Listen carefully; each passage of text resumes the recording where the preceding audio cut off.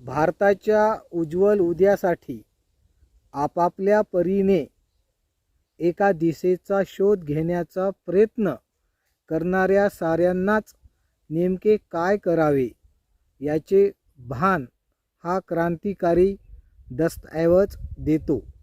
हे पुस्तक म्हणजे आशावादी विचारांनी भरलेल्या एक दीपस्तंभच अशा प्रकारचे मराठीतील पहिलेच पुस्तक आहे की जे मराठी वाचकांना जगाचे आणि आपल्या देशाचे नवे भान देईल. आज जगभरातून प्रगती, सुख, विकास, समृद्धी, चंगळवाद यासाठी जीवघेणी तीव्र स्पर्धा चालू आहे. जगभरातून वर्चस्व आणि त्यासाठी युद्धबंडाळी दहशतवाद बोकाळला आहे.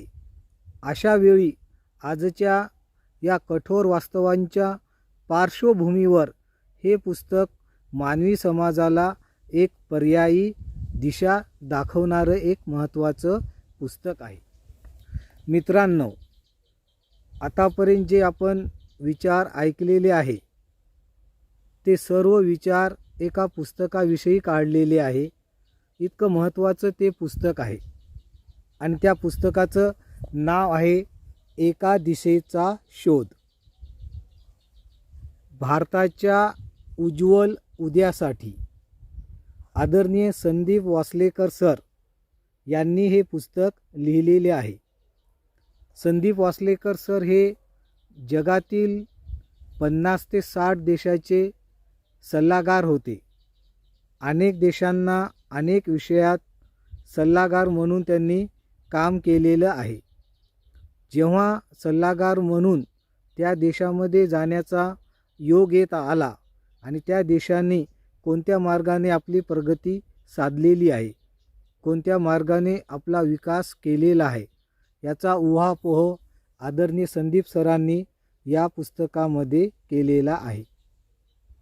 जे देश अमेरिका, जपान, चीन किंबहुना भारत या देशापेक्षा कित्येक पटीने अविकसित होते, मागासलेले होते, अप्रगत होते, विकास म्हणजे काय त्यांना माहीत नव्हता, परंतु 30 ते 40 वर्षातच त्या देशाने खूप चांगल्या प्रकारे आपला विकास केला.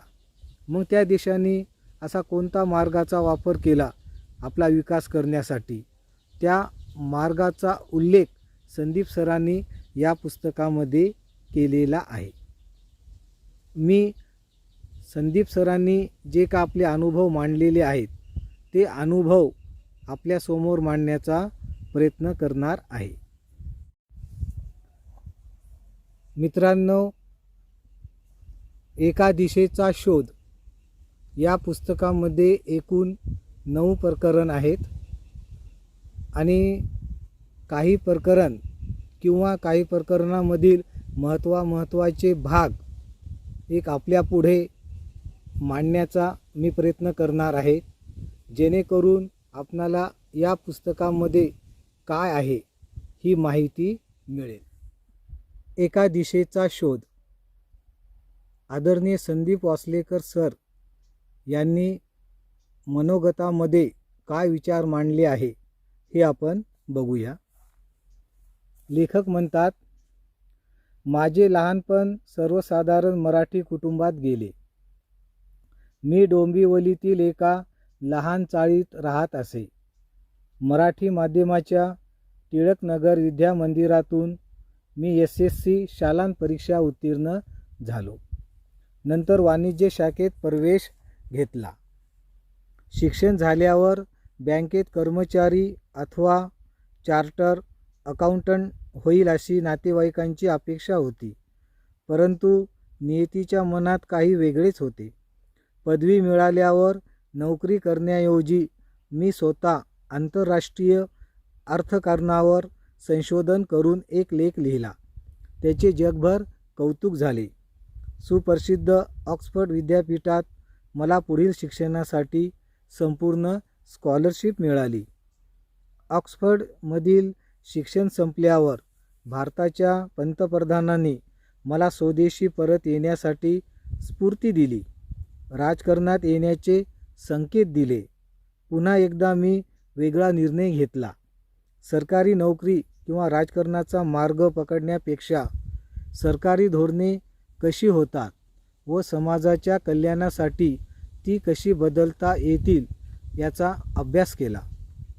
प्रथम माझा अभ्यास भारत सरकारच्या धोरणासंबंधित मर्यादित होता. नंतर मी शेजारील देशांच्या धोरण प्रक्रियेचा अभ्यास केला. धोरण बदल करण्यासाठी प्रयत्न करू लागलो.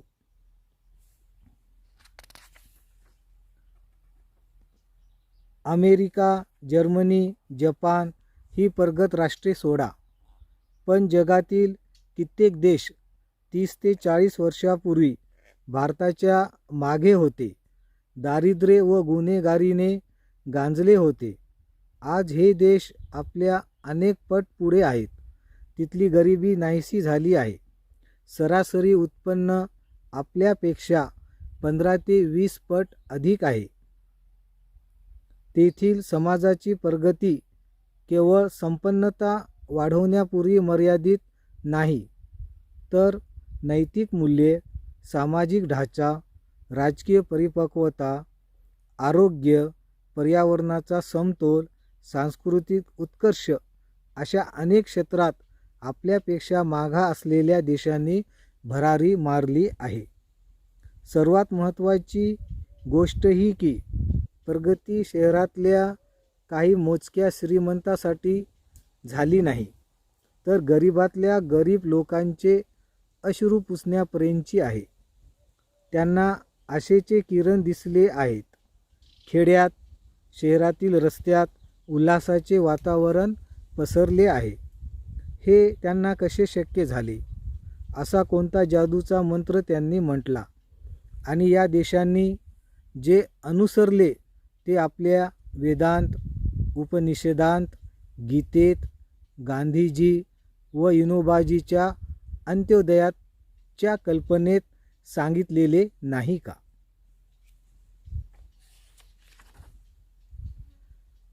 विविध प्रश्नांची उत्तरे शोधण्यासाठी आपण 2 विषयाकडे लक्ष दिले पाहिजेत.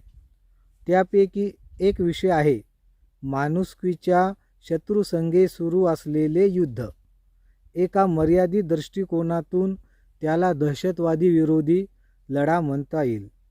दहशतवाद्यांशी झालेल्या भेटी, अनोळखी ठिकाणी त्यांच्या समवेत काढलेल्या मध्यरात्री, त्यांच्या गोळ्या कधी वेध घेतील याचा नेम नसतानाही त्यांना हिंसाचारापासून परावृत्त करण्यासाठी केलेली धडपड, काही प्रमाणात त्यांना आलेले यश असे बरेच काही अनुभव व त्यातून मिळालेले निष्कर्ष आपल्यासमोर ठेवले आहेत.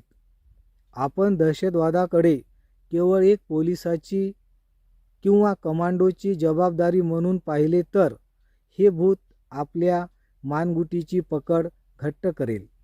या विषयाकडे आपण माणुसकीचे युद्ध म्हणून पाहिले व वेगळ्या तंत्राचा उपयोग केला तरच आपल्याला निर्भय व सुरक्षित जीवन जगता येईल. दुसरा जिव्हाळ्याचा विषय आपल्या वसुधेला आलेले कुटुंब स्वरूप. मागच्या 4000 वर्षात अनेक युद्धात 40 कोटी लोकांचे बळी गेले. त्यापैकी 10 कोटी लोक मागच्या शतकात मारले गेले. तर जर तिसरे महायुद्ध झाले तर सर्वच नष्ट होईल. मागच्या 10,000 वर्षात चालत आलेली संस्कृतीचा प्रयोग संपुष्टात येईल. हे जर टाळायचे असेल तर आपल्याला दुराग्रह, दुराभिमान, दुर्लोभ सोडून राष्ट्रांमधील सामंजस्य, सहकार्य व सामाजिक उत्तरदायित्व वाढवण्याची गरज आहे. त्यासाठी आपण जगात काय प्रयत्न चाललेले आहेत, पुढे काय होईल याचा अंदाज घेतला पाहिजे. युनोच्या कारभारापेक्षाही अधिक परिणामकारक ठरणाऱ्या डावोस बर्टल्समन या गुप्त बैठकीमध्ये जगाचे भवितव्य कसे ठरवले जाते हे सर्व वाचकापुढे आले तर नक्कीच त्यांनाही नवा विचार करण्याची प्रवृत्त करता येईल, अशी एक प्रांजळ अपेक्षा आहे. हे सर्व करण्याचा खटाटोप कशासाठी? तर आपण डोळ्यावरची पट्टी काढून जग पाहिले पाहिजेत. केवळ पाश्चिमात्याचं अनुकरण करण्याची आंधळी कोशिंबीर खेळण्याचे थांबविले पाहिजेत. जगात योग्य व अयोग्य ते जाणता आले पाहिजेत. आपले जग, आपला देश, आपले शहर आणि गाव उज्ज्वल मार्गाने एका नव्या दिशेकडे नेण्यासाठी काय करता येईल, आपले त्यातील योगदान काय असेल हे ओळखता आले पाहिजेत. जेव्हा जगातील व आपल्या समाजातील सर्वात कमकुवत घटक प्रबळ होईल, तेव्हाच अंत्योदय होईल. तेव्हाच आपले व्यक्तिगत जीवन सुधारेल. भावी पिढीच्या मंगलमय जीवनाची हमी मिळेल. त्यासाठी खूप मोठा पैसा किंवा सामग्री लागणार नाही. फक्त एक नवीन विचार करण्याची शक्ती पाहिजे व ती प्राप्त करण्यासाठी जगभर झालेले यशस्वी प्रयोगांची व प्रक्रियांची माहिती समजली पाहिजे. तेच देण्याचा एक प्रयत्न म्हणून हे पुस्तक आपल्यापुढे सादर करत आहे. अपेक्षित इच्छापूर्ती केवळ पुस्तक लिहिण्याने होणार नाही. जगभरातून मिळालेल्या ज्ञानाचा वाटा आपल्यापुढे ठेवल्यानंतर त्यातून एक प्रक्रिया सुरू करून नवा समाज निर्माण करणे हे आपल्यावर अवलंबून आहे. आयुष्यात साधनापेक्षा आपला दृष्टिकोन व मानसिकता ह्याच गोष्टी महत्त्वाच्या असतात. आज जगातील अनेक देशांनी साधना अभावी केवळ मानसिकतेच्या जोरावर आपले नशीब बदलले आहे. एक विचार शेवटी पुन्हा सांगावासा वाटतो की नियती व निश्चय यांची सांगड घातली तर निर्मिती होते. आपण सर्वांनी नियतीशी करार केलेला आहे. आज त्या कराराचे पालन करणे तुमच्या, माझ्या, आपल्या सर्वांच्या हाती आहे.